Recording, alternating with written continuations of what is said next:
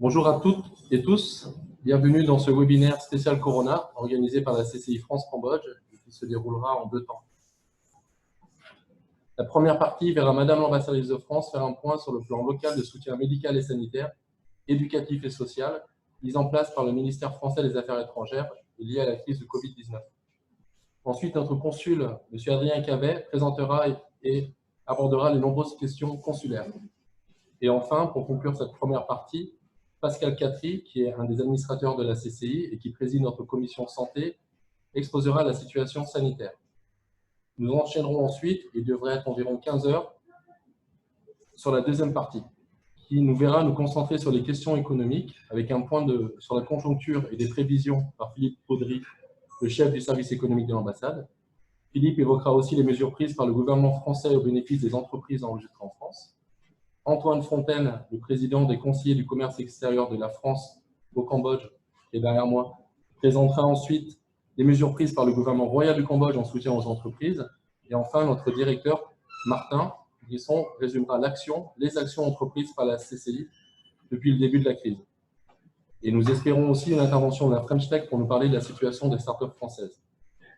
Je précise que les intervenants de la seconde partie et moi-même, nous sommes actuellement hébergés pour ce webinaire au sein du restaurant Open Wine, alors que Madame l'ambassadrice et Monsieur le consul nous parlent depuis l'ambassade. Chaque partie thématique sera suivie d'une série de questions-réponses modérées par Pierre Motin du lepetitjournal.com. Vous pouvez poser vos questions directement via le chat de l'appli Zoom. Nous vous appelons à poser ces questions durant les interventions, puisqu'ensuite Pierre sera avec nous pour les poser et donc ne pourra pas lire les nouvelles questions. On ne peut pas vous promettre de répondre à toutes les questions, mais nous ferons en sorte de répondre à la plupart de vos interrogations.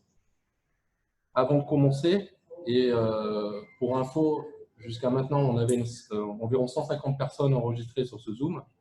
Je souhaite remercier les personnes qui se sont impliquées dans l'organisation de ce webinaire.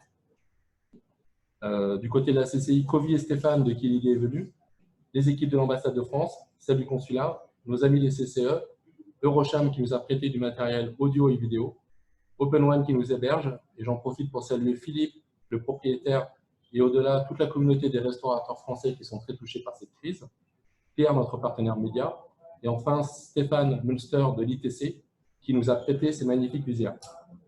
Voilà, bon week-end à tous. Nous allons passer à la première partie. Alors, est-ce que Madame l'ambassadrice est en ligne? Madame l'ambassadrice, vous nous entendez?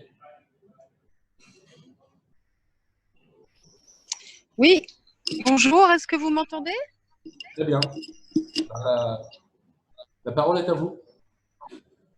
Très bien. Alors, je ne sais pas du tout qui est là. Je ne vois personne à part vous-même, Soraya Smé, Antoine Fontaine et Philippe Baudry. Mais bon, j'espère que tout le monde m'entend.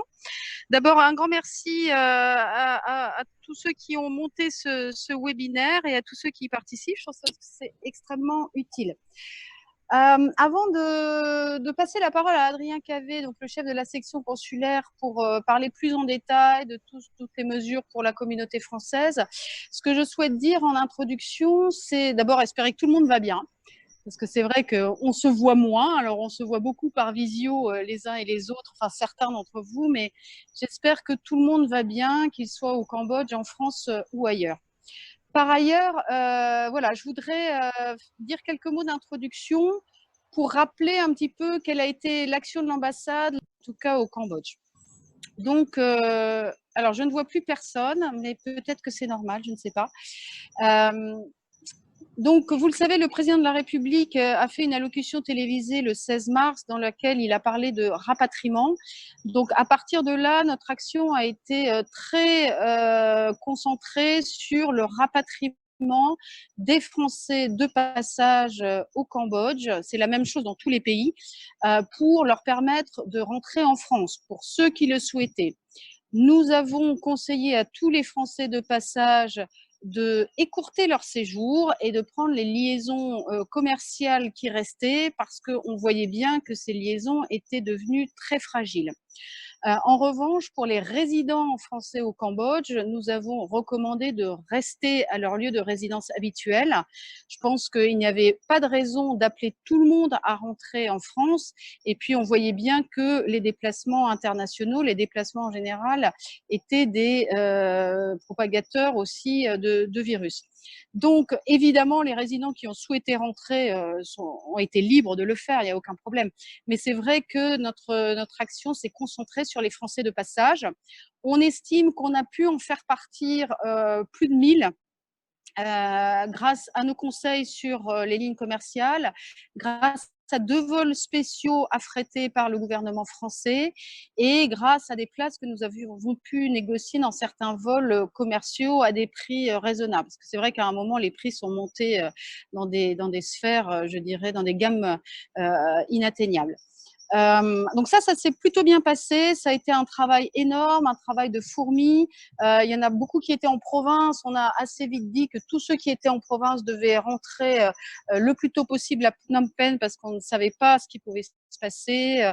On a eu parfois des préavis extrêmement courts pour les vols. Le premier vol spécial, on a dû le monter en même pas 48 heures. Mais ça s'est bien passé.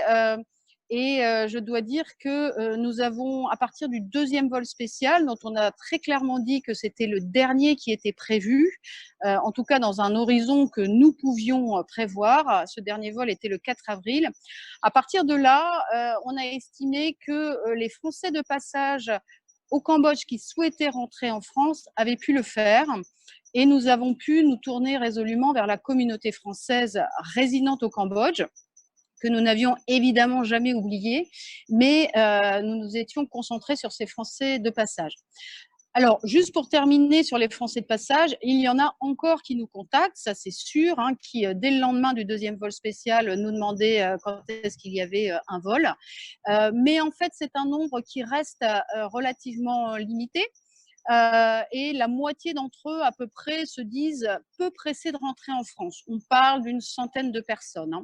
Donc, finalement, je pense que l'opération rapatriement a très bien réussi. Sur les résidents, nous avons fait une rubrique sur notre site internet spécifique pour les résidents français au Cambodge, que ce soit des résidents de long terme ou que ce soit des résidents de court terme.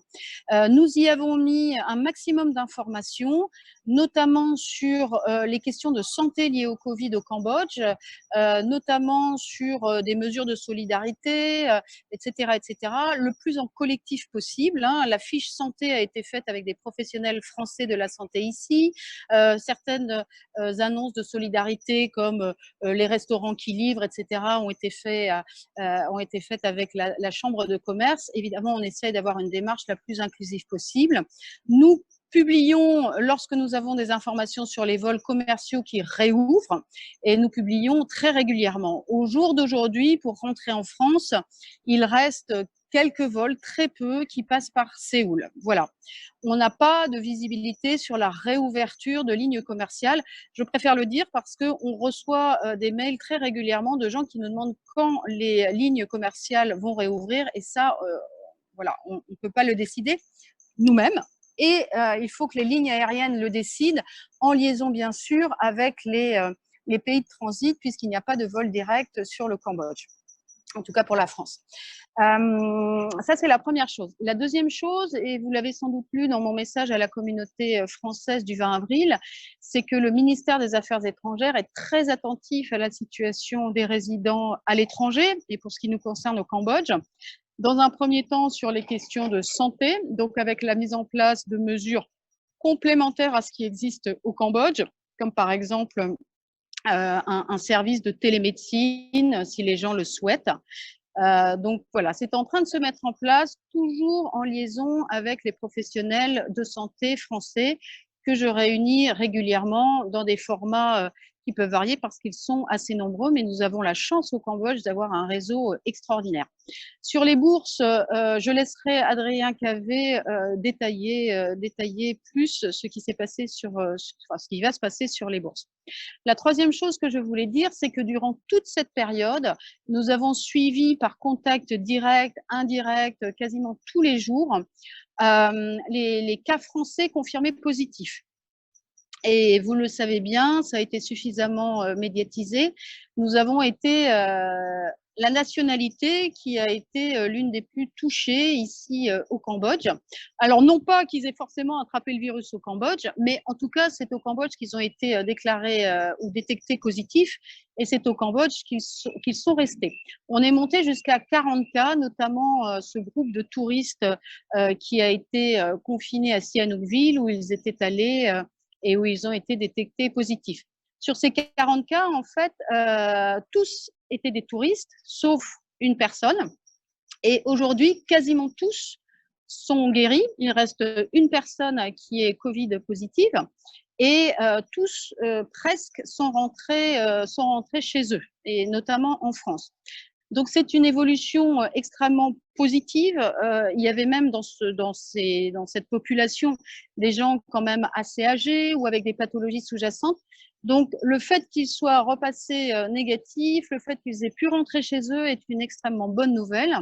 Ce qui m'amène à dire que durant tout ce temps, et ils ont été détectés au mois de mars, mi-mars. Donc, on s'est vraiment beaucoup occupé d'eux, mais on s'est beaucoup occupé d'eux avec les autorités cambodgiennes et tout le système sanitaire cambodgien.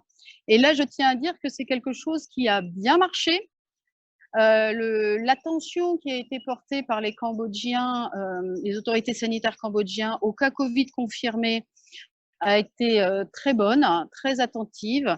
On a évidemment tout un réseau avec l'Institut Pasteur, avec des gens d'ONG françaises qui travaillent au CDC. Enfin, donc tout ceci, avec aussi l'hôtel dans lequel beaucoup de touristes Covid confirmés ont été confinés, l'hôtel dans lequel ils ont été confinés.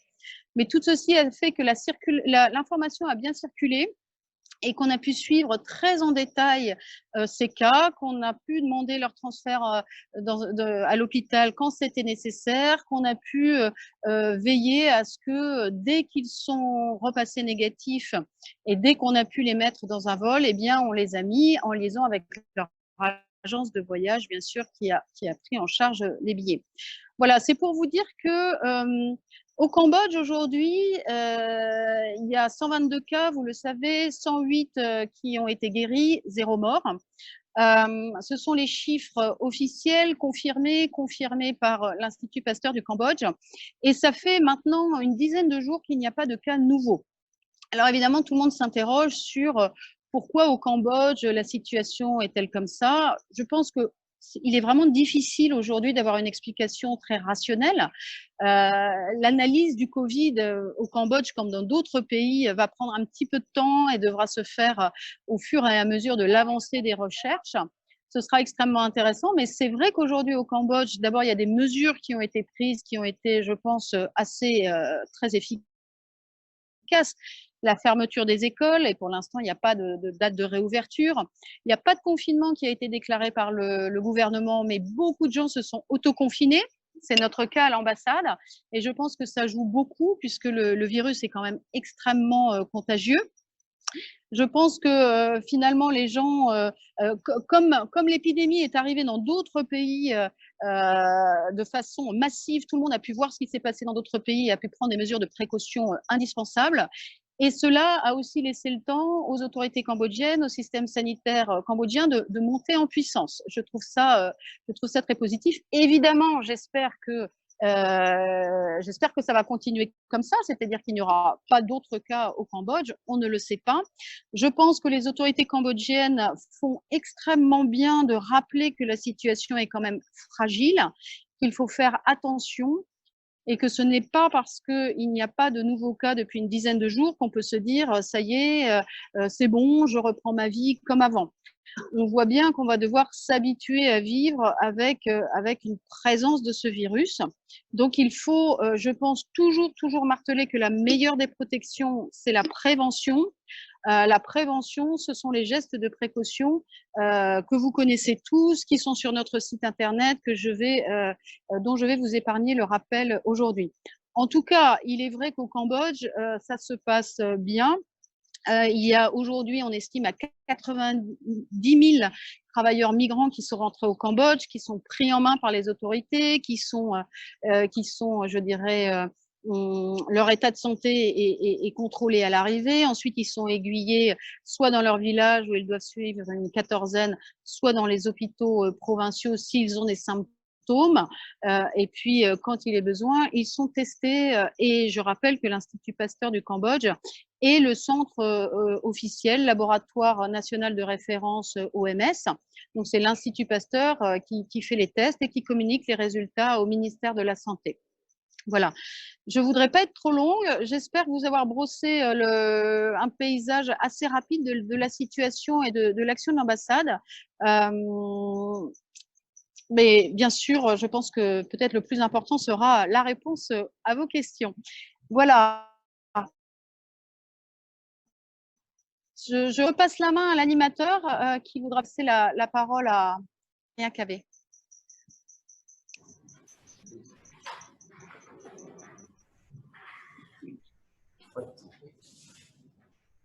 Monsieur le consul, vous êtes en ligne, vous nous entendez? Merci, madame l'ambassadrice. Adrien?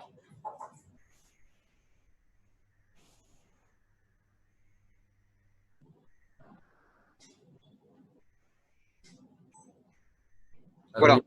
Oui. Oui. Bonjour à tous. Bonjour à tous ceux qui nous suivent depuis. Je ne sais pas si vous m'entendez bien. On vous entend bien, très bien. Bonjour à tous ceux qui nous suivent depuis le Cambodge, mais aussi je vois qu'il y a des Français qui nous suivent depuis la France et même depuis d'autres pays. Bonjour à toutes et à tous. Adrien Cavé, moi je suis le chef de la section consulaire. Pourquoi je dis section consulaire? C'est parce que souvent quand on parle de la section consulaire ou des services consulaires, on dit le consulat, mais il faut bien voir que c'est un service de l'ambassade et qu'aujourd'hui, s'agissant de la gestion de la crise liée au Covid-19, les services consulaires, en tant que service de l'ambassade, sont pleinement mobilisés sur la gestion de la crise. Et on se consacre, sous l'autorité de Madame l'ambassadrice et avec tous les collègues de l'ambassade, on se consacre à assurer la protection consulaire des Français en difficulté, à aider nos compatriotes qui sont en difficulté et à proposer des aides et un dispositif, un plan que je vais détailler et sur lequel on pourra répondre tout à l'heure si vous avez des questions. Déjà, ce qu'on peut dire pour la communauté française au Cambodge, c'est que cette communauté, elle est importante. On avait, avant la crise, environ 5000 inscrits à l'ambassade de France. Depuis la crise, et suite aux appels faits par l'ambassadrice, par courrier et également à toute la communication qu'on a mise en place, on a observé qu'il y a eu plus de 300 personnes depuis un mois qui se sont inscrites au registre des Français de l'étranger. Donc on a aujourd'hui à gérer une communauté française qui se chiffre à 5300 inscrits à l'ambassade. Mais bien sûr, comme vous le savez, il y a aussi de nombreux Français au Cambodge qui ne sont pas inscrits. Sur cette communauté française, on a beaucoup de personnes âgées qui sont parfois sans ressources. Et donc, on doit bien avoir en tête qu'au Cambodge, il y a une population française assez vulnérable. On a pu chiffrer le nombre de personnes vulnérables et les inclure dans notre plan de soutien. L'ambassadrice, dans son courrier à la communauté française, le 20 avril, elle a donc annoncé la mise en place au Cambodge d'un plan local de soutien médical, sanitaire, éducatif et social. Alors, sur la partie de soutien médical et sanitaire, l'ambassadrice en a parlé, il y a notamment la possibilité qu'on va déployer au Cambodge d'offrir, via les médecins référents de l'ambassade de France, un télésuivi médical. Est-ce que vous m'entendez bien?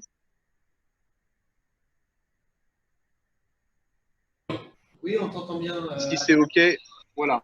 OK, c'est OK. Voilà. Vous entendez? Parfait. Donc, je continue.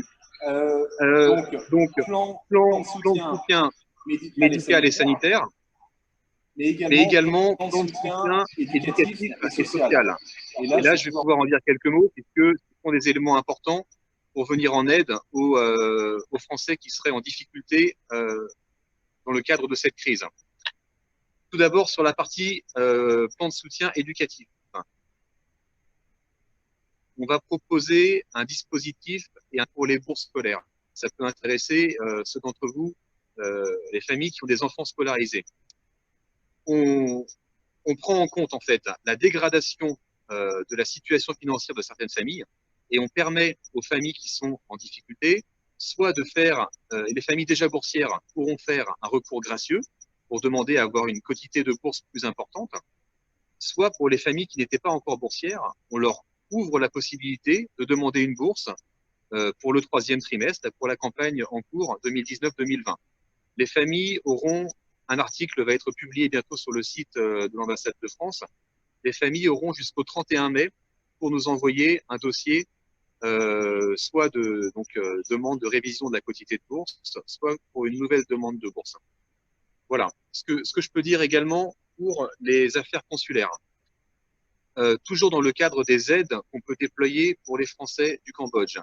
Il y a la campagne du STAFF, le soutien au tissu associatif français à l'étranger. Ça, c'est un dispositif qui est déjà en place en 2018 et en 2019. Il est renouvelé cette année et vous pouvez trouver sur le site de l'ambassade de France le dossier de demande de subvention. Également, je signale que les services consulaires ont vu leur fonctionnement quelque peu modifié, puisque nous ne pouvons plus recevoir le public comme avant. Nous avons donc, dans le cadre de la fermeture des frontières en France, on a suspendu la délivrance des visas, sauf pour les cas particuliers. Par exemple, pour les familles de Français, pour les conjoints de Français, les conjoints étrangers, on peut toujours faire les visas et recevoir les personnes. S'agissant des passeports, là aussi, le fonctionnement a été modifié. Mais on continue d'offrir la possibilité aux Français résidant au Cambodge qui ont un problème de passeport, soit plus de pages sur le passeport, ou bien passeport qui expire. Lorsque l'urgence est justifiée, on continue de pouvoir recevoir ces Français et on ouvre environ une fois par semaine, sur un créneau spécial, le service des passeports. Sur les bourses scolaires, je ne vais pas tout détailler, mais je pourrais répondre à vos questions. Un article précis sur le site de l'ambassade de France sera mis en ligne très rapidement. Et on va donc recevoir jusqu'au 31 mai les nouvelles demandes de bourse. L'idée, en fait, c'est que pour répondre à cette crise sanitaire, nous accompagnons les familles françaises qui sont fragilisées financièrement et on adapte donc à titre exceptionnel la campagne de bourse qui était normalement terminée. Voilà ce que je peux dire sur les bourses. Un petit mot sur les aides sociales aussi. On a toujours la possibilité, c'est au cas par cas, et là, il ne faut pas hésiter à faire appel au service des affaires sociales de l'ambassade de France. On a toujours la possibilité d'offrir des secours occasionnels ou des aides à durée déterminée pour les Français qui sont inscrits à l'ambassade. On peut aussi, pour les Français qui ne sont pas inscrits, proposer au cas par cas des aides exceptionnelles. Voilà, sur les rapatriements, l'ambassadrice en a parlé. Je suis disponible pour répondre à toutes vos questions. Merci à tous.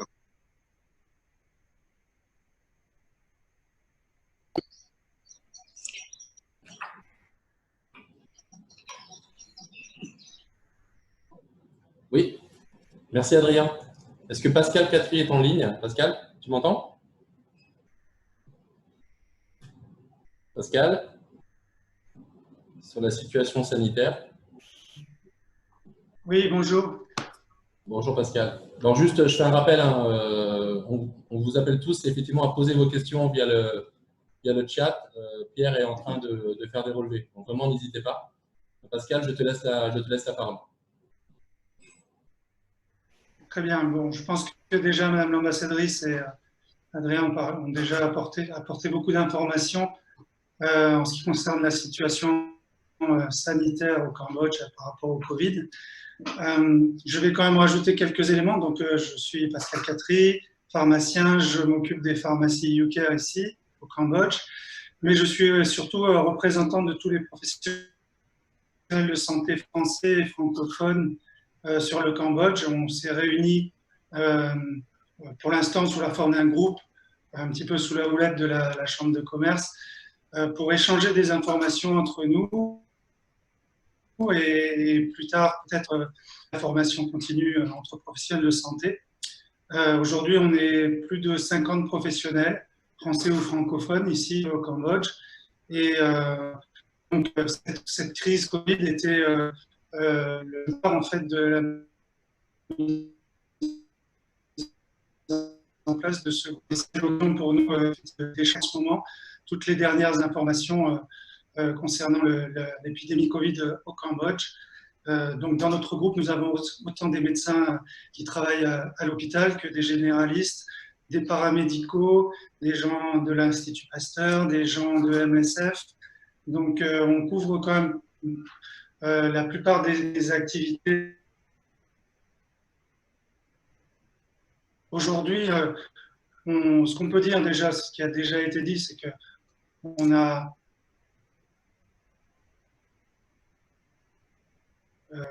positif au Covid au Cambodge, dont une grande partie est un décès. Donc c'est une situation qui est plutôt privilégiée par rapport à beaucoup d'autres pays. Ce qui sera important malgré tout, c'est de prévoir éventuelle aggravation de la situation. On a parlé des travailleurs qui sont revenus sur le Cambodge depuis les pays frontaliers et qui peuvent rapporter des cas. Ce qui est certain aussi, c'est qu'à aujourd'hui, la grande majorité des cas, on en a identifié l'origine. Ils sont pour tous importés, sauf quelques exceptions où on n'est pas certain de l'origine du contact et du développement des symptômes. Voilà, ce qui peut être rajouté, c'est qu'effectivement, pour ce qui est de la préparation, l'ambassade et le consulat ont déjà prévu les différentes dispositions qui pourraient devoir être mises en place. On y travaille de notre côté en concertation. Et voilà, le but, c'est effectivement d'essayer d'apporter un service à la communauté française ici au Cambodge en matière d'information et en matière peut-être de dépistage, éventuellement d'action sanitaire si nécessaire plus tard. Ça doit s'anticiper, même si aujourd'hui on peut dire que les choses ne s'aggravent pas. Il faut malgré tout prévoir le pire. Voilà ce qu'il faut dire de plus.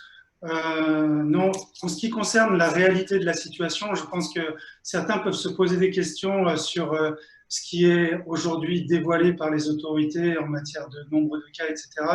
Et se poser la question si la situation n'est pas plus grave au Cambodge. Personnellement, je ne pense pas que ce soit que les choses soient plus graves que la façon dont elles sont présentées aujourd'hui. D'une part, il y a une très bonne réactivité du gouvernement, du ministère de la Santé, en association avec le CDC, l'Institut Pasteur et l'OMS.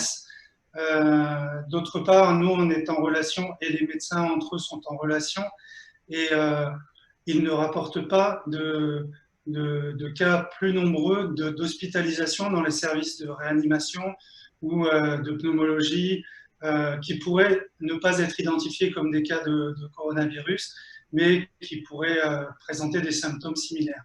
Donc, ça nous fait dire qu'il n'y a pas de notion de gravité plus importante que ce qui est présenté. En revanche, il n'est pas exclu qu'il y ait des cas asymptomatiques ou avec très peu de symptômes qui n'aient pas été dépistés. On sait qu'ici, la population est jeune.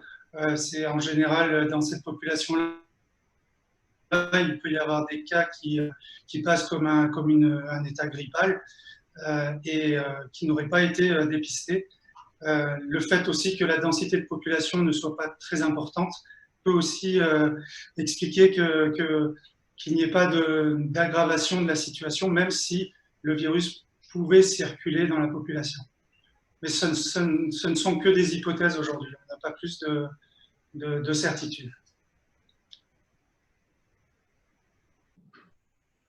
Merci Pascal, merci beaucoup. Donc, on va... Voilà ce que je peux vous dire aujourd'hui au sujet de la situation. D'accord. Merci Pascal. Donc, on va passer à la séance de questions-réponses donc animée par Pierre Mottin du Petit Journal. Donc, Pierre, je te laisse la parole. Oui, merci à tous les intervenants. On a eu beaucoup de questions. On va commencer donc par une question sur les Français résidant au Cambodge qui sont coincés dans les pays voisins.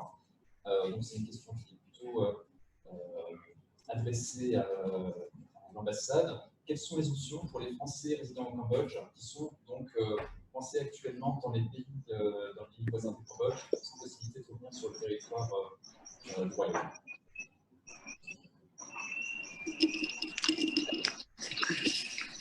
On n'a pas très bien entendu. La question, c'est les Français qui sont dans les pays voisins, est-ce qu'ils peuvent venir au Cambodge? Les Français résidant au Cambodge qui sont coincés dans les pays voisins, notamment la question d'un Français qui est actuellement résident au Cambodge et qui est actuellement bloqué aux Philippines. Oui. Ok, je passe la parole à Anthony. Alors, s'agissant des Français qui sont résidents au Cambodge, c'est-à-dire des Français qui ont un visa de résidence au Cambodge, qui ne soit pas un visa T de type tourisme, mais par exemple un visa A, B ou E ou autre. Il y a les visas K pour les personnes d'origine khmer. Donc les Français résidant au Cambodge, normalement, ils peuvent rentrer au Cambodge. Pour cela, encore faut-il qu'il y ait des vols. En ce moment, c'est compliqué. Il y a encore quelques vols, mais les Français résidant au Cambodge et qui ne viendraient pas de France, qui n'auraient pas séjourné en France ou dans l'un des 6 pays qui sont définis comme pays à risque par les autorités cambodgiennes, là, je vous renvoie vers nos fiches de conseil aux voyageurs. Nos fiches sont à jour et on a bien expliqué quelles étaient les conditions et les restrictions à l'entrée sur le territoire cambodgien. Et normalement, un Français résidant au Cambodge peut revenir au Cambodge s'il trouve un vol pour se faire. On sait que c'est compliqué parce qu'il y aura ensuite une quatorzaine à observer. Donc, il y aura des complications au retour au Cambodge. Et il nous revient aussi qu'il y a parfois des Français qui n'ont pas réussi à revenir parce que les autorités cambodgiennes ne savent pas forcément si la personne, lorsqu'elle montre un passeport français, si elle vient de France ou pas. Les Cambodgiens ont notamment fait remarquer que les personnes françaises qui quittaient la France n'avaient pas de tampon de sortie. Donc en fait, il y a parfois des difficultés. Nous, ce qu'on conseille, c'est de reporter tout déplacement au Cambodge. Néanmoins, la possibilité pour un Français résident au Cambodge de rentrer au Cambodge reste possible. Très bien, merci. Concernant les dates de reprise des vols internationaux, est-ce qu'il y a une quelconque visibilité sur le moment auquel les vols internationaux, notamment vers la France et entre la France et le Cambodge, vont reprendre? Pardon, est-ce que vous m'avez entendu? Oui, je vous ai entendu, Pierre. Bonjour à vous d'ailleurs. Comme je l'ai dit en introduction, on n'a pas de visibilité. On n'a pas de visibilité sur la reprise des vols. Alors, il y a beaucoup de rumeurs, hein, mai, juillet, Emirates. Donc, très honnêtement, aujourd'hui, la seule chose que je peux dire, c'est qu'on ne sait pas. Mais il y a des vols via Séoul.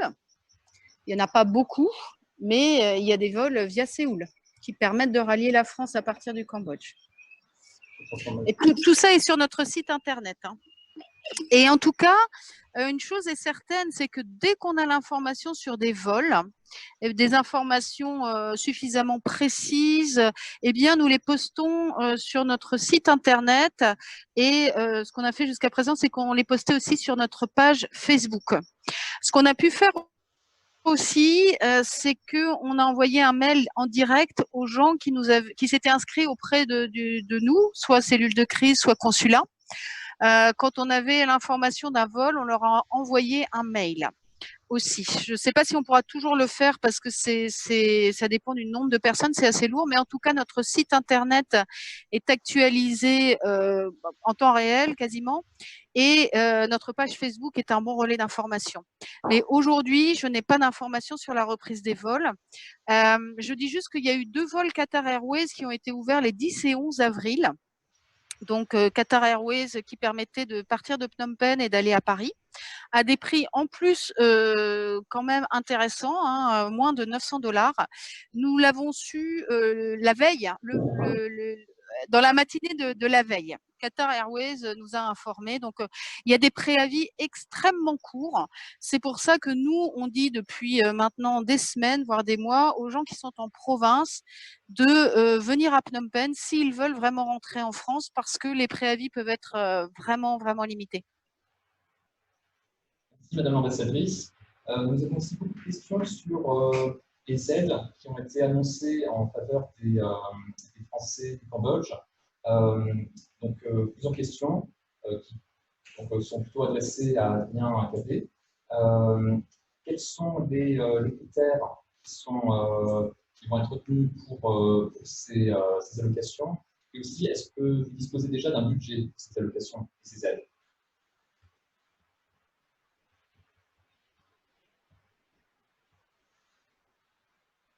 Adrien, nous ne vous entendons pas. Oui, merci pour cette question.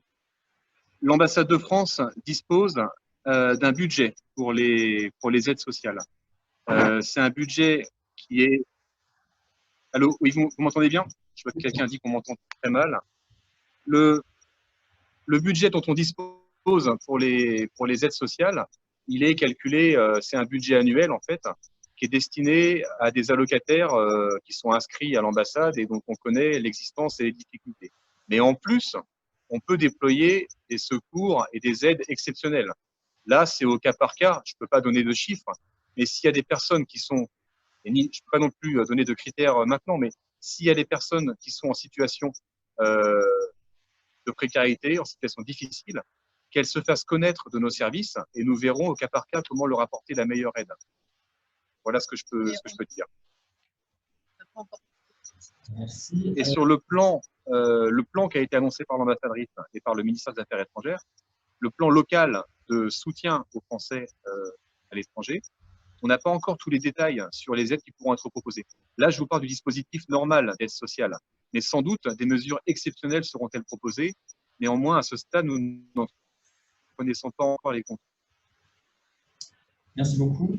Une autre question, existe-t-il des initiatives européennes pour débloquer des aides en faveur, alors la question n'est pas très claire, soit en faveur du Cambodge en général ou des Européens qui se trouvent actuellement au Cambodge?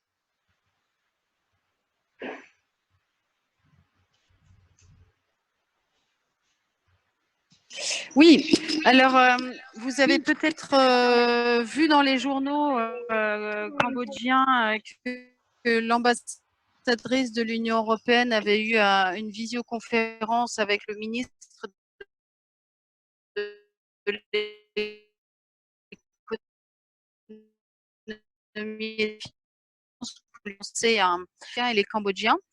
Mais effectivement, pour pouvoir allouer un paquet, comme on dit, de subventions aux Cambodgiens les plus défavorisés, les plus pauvres. À ma connaissance, à ce stade, il n'y a pas eu d'annonce ou de décision sur un paquet européen pour les Européens de l'étranger. Mais il y a beaucoup de réunions à Bruxelles, hein, même au plus haut niveau, au niveau du président de la République.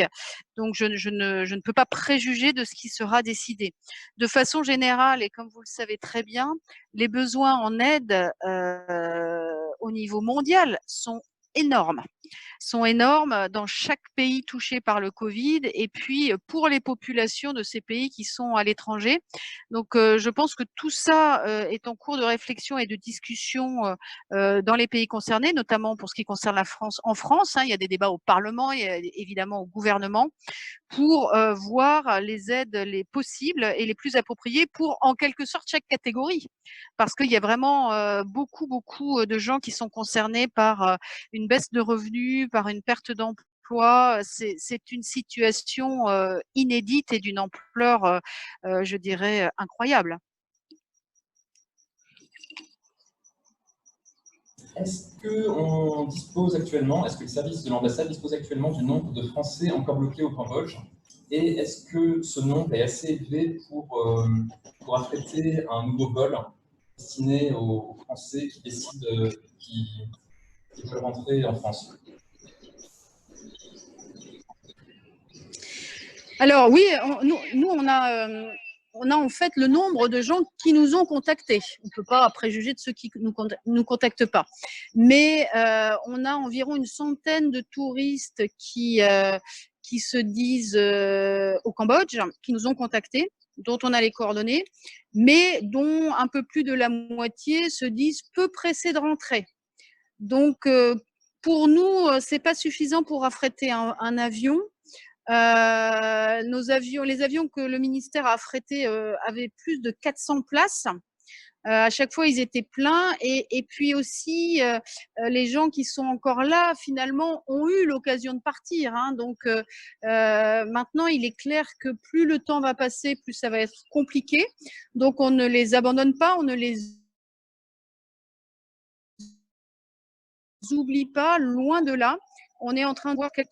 Mais au jour d'aujourd'hui, nous, on n'a pas, on ne pense pas affréter un vol, en tout cas certainement pas de la taille de ceux qu'on a déjà affrétés. Il n'y a pas la masse critique, il n'y a pas la demande. Hein. Merci. Une autre question adressée au service consulaire de l'ambassade. Est-ce que des aides financières pour les entreprises françaises en difficulté sont prévues? Ça, c'est la deuxième partie. Ça, c'est la deuxième partie du webinaire avec Philippe Baudry et puis les hommes d'affaires présents. Ça, c'est prévu pour la deuxième partie du webinaire. Très bien. Désormais, des questions plutôt adressées à Pascal Catry concernant la situation sanitaire au Cambodge. Combien de personnes ont été infectées par le coronavirus au Cambodge et combien de Cambodgiens parmi ce total de personnes? On a beaucoup entendu parler des étrangers qui ont été infectés. Est-ce que vous avez le nombre de Cambodgiens qui ont été infectés par le Covid-19?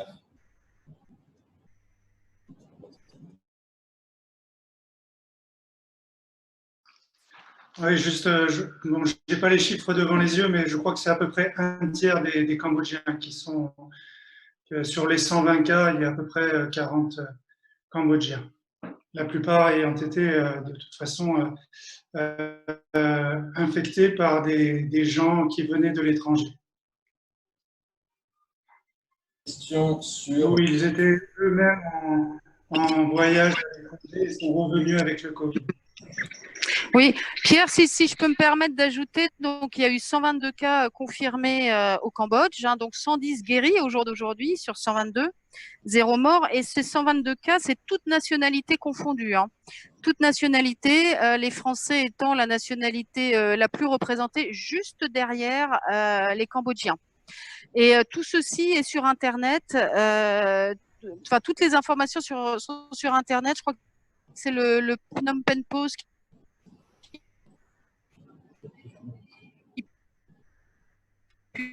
publie très régulièrement toutes les informations. Donc, c'est vrai que moi, je rejoins Pascal Catry. Je pense que l'information est transparente. Hein. L'information est transparente, d'autant que nous, on est quand même bien l'heure, on voit bien que quand ils détectent des cas confirmés, en fait, c'est annoncé très vite et dans la foulée par les autorités cambodgiennes. Alors, on peut évidemment se dire, comme Pascal l'a fait, qu'il y a sans doute plus de cas Covid que le chiffre officiel de 122, ce qui est tout à fait normal et ce qui est, à mon avis, le cas dans la plupart des pays touchés par le Covid. Parce qu'évidemment, tant qu'on ne teste pas l'entièreté de la population, eh bien, on ne peut pas savoir. Il y a beaucoup de gens aussi qui sont asymptomatiques, c'est-à-dire ils n'ont même pas de symptômes grippaux. c'est vous, c'est moi. Nous-mêmes, on ne sait pas si on a le Covid. Hein. Mais en tout cas, sur les chiffres officiels, ça, la transparence est réelle. Une question sur le chiffre des personnes testées. Ça, en l'occurrence, je peux y répondre moi-même. Il me semble que la semaine passée, on était à environ 4000 personnes testées pour 6000 tests effectués. Sous le contrôle des autres éléments. Alors, à la date du 22 avril, on était à 10 550 tests. Or, environ 1600 pour le bateau Westerdam. Vous vous souviendrez de ce bateau que tout le monde refusait et qui est accosté ici au Cambodge, à Sihanoukville. Donc, 10 550 tests hors Westerdam, ce qui représentait presque 7000 personnes différentes. Parce qu'il y a des gens, comme nos Français qui ont été Covid, qui ont été testés plein de fois parce que tous les 2 jours, quasiment, on les teste pour voir s'ils passent négatifs. Quand ils passent négatifs une fois, on les reteste pour voir si c'est bien confirmé qu'ils sont négatifs. Au deuxième test, des fois, ils sont bien négatifs, mais des fois, ils repassent positifs. Donc, il y a des gens qui sont testés assez régulièrement. Hein.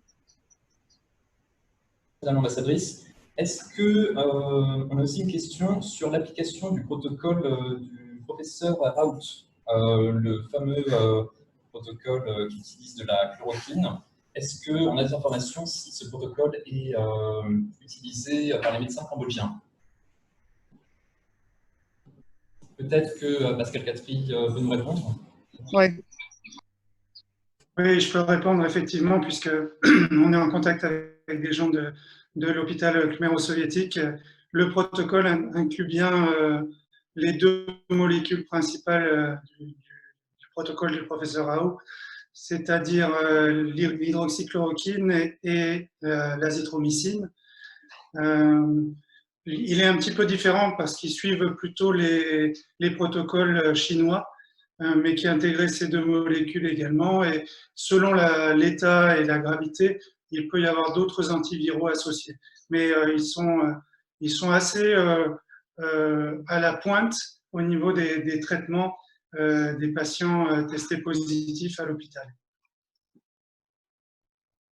Si, on nous pose aussi une question sur la répartition des tests réalisés entre Phnom Penh et la province. On a notamment une personne qui nous dit qu'on a l'impression, peut-être fausse, que les tests sont plutôt réalisés à Phnom Penh que dans les différentes provinces du Cambodge. Donc voilà. Est-ce qu'on a des chiffres, des informations sur cette répartition des tests?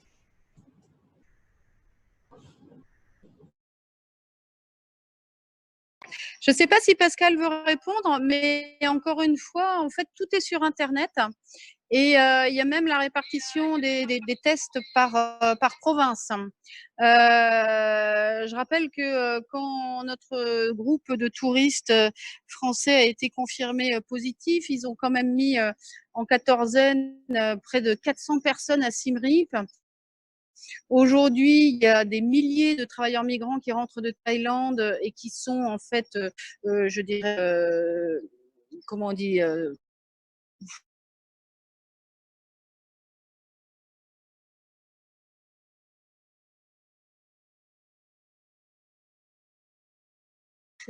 dans les tests, un chiffre de tests par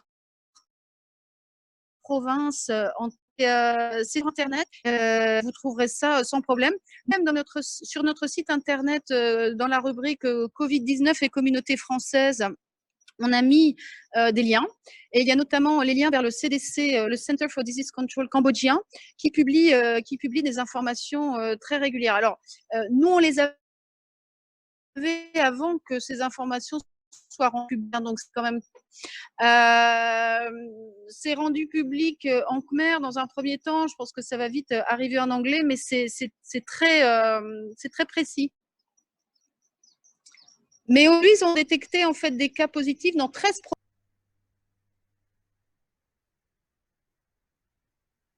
Merci Madame l'ambassadrice. On nous pose aussi plusieurs questions par rapport au lycée français. notamment s'il y a une date sur la réouverture du lycée Descartes qui est prévue, et aussi si des aides sont prévues pour les lycées français, ce à quoi Adrien Cadet a déjà en partie répondu. Donc voilà. Est-ce que, et on a aussi une question qui nous demande si un lobbying est fait au niveau de l'ambassade pour réouvrir le lycée Descartes.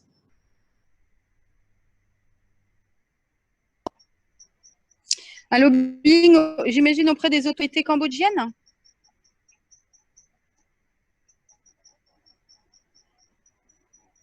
J'imagine que c'est la question. Aujourd'hui, il n'y a pas de date. Vous m'entendez? Oui. Aujourd'hui, il n'y a pas de date prévue pour la réouverture des écoles au Cambodge. Je pense que les gens sont extrêmement prudents. Je pense qu'ils ont raison de l'être. C'est prévu pour la réouverture du lycée français René Descartes.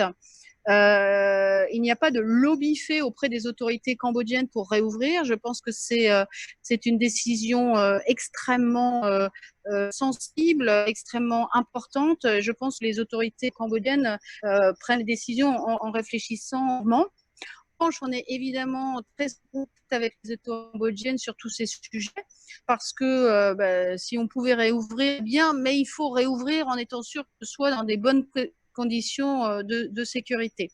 Donc, pour l'heure, pas de date prévue de réouverture. Encore, et c'est le mot à la mode sur le virus, la situation est très évolutive.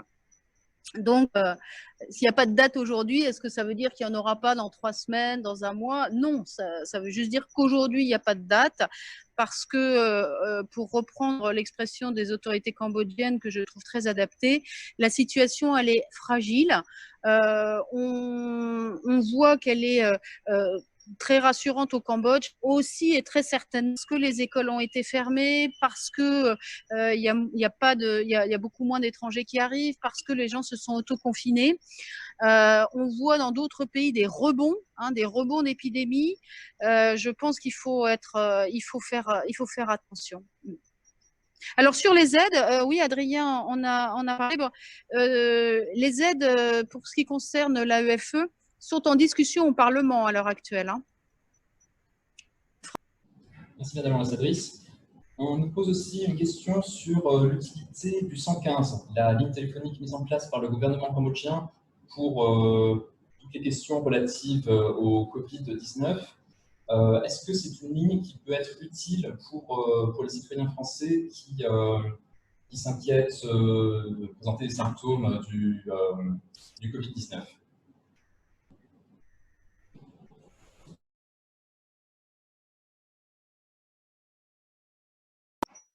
Je vais peut-être laisser la parole à Pascal Catry. Oui, si Pascal le souhaite. Simplement, moi, j'ai peut-être pas une information complètement mise à jour, mais aujourd'hui, le 115, c'est le moyen d'obtenir des informations et de pouvoir être dépisté pour toutes les personnes qui sont au Cambodge. Il faut savoir que jusqu'à présent, en tout cas, la communication se faisait en khmer. Donc, il faut être accompagné de quelqu'un qui parle khmer pour pouvoir poser ces questions et avoir une première orientation. Au cas où les symptômes seraient suffisamment évocateurs, ils vous conseilleront de vous rendre aujourd'hui à l'hôpital khmero-soviétique pour un dépistage, mais il faut au préalable appeler le 115. Si je peux me permettre de... Pierre, si je peux permettre d'ajouter quelque chose, donc... Ah, pardon. Non, allez-y, Madame l'ambassadrice. Allez-y. Voilà. D'accord. Ouais, je pense qu'elle a tout à fait raison. L'écueil, le petit souci qu'on a eu avec le 115, c'était qu'il répondait en khmer, donc nous on a bien dit dans notre site internet. D'ailleurs, si des Français voulaient appeler l'ambassade en disant j'ai peur d'avoir le Covid, mais je parle pas khmer, nous on aurait appelé pour eux.